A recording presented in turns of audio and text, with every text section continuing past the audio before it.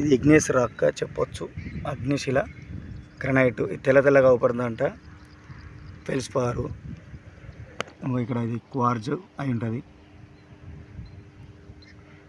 So రకరకాల minerals అనేవి ఉంటాయి.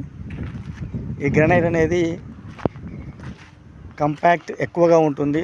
దీనిలో ఉన్న మినరల్స్ ఫెల్సిక్ రాక్. ఇది ఫెల్సిక్ అంటే లైట్ కలర్ మినరల్స్ అనేవి ఎక్కువగా ఉంటాయి. Some assemblies of some minerals one rock is formed in this granite rock. ఎక్కువగా ఫెల్స్పార్స్, క్వార్జు, మైకా మినరల్స్, అవి కొన్ని మినరల్స్ ఉంటాయి.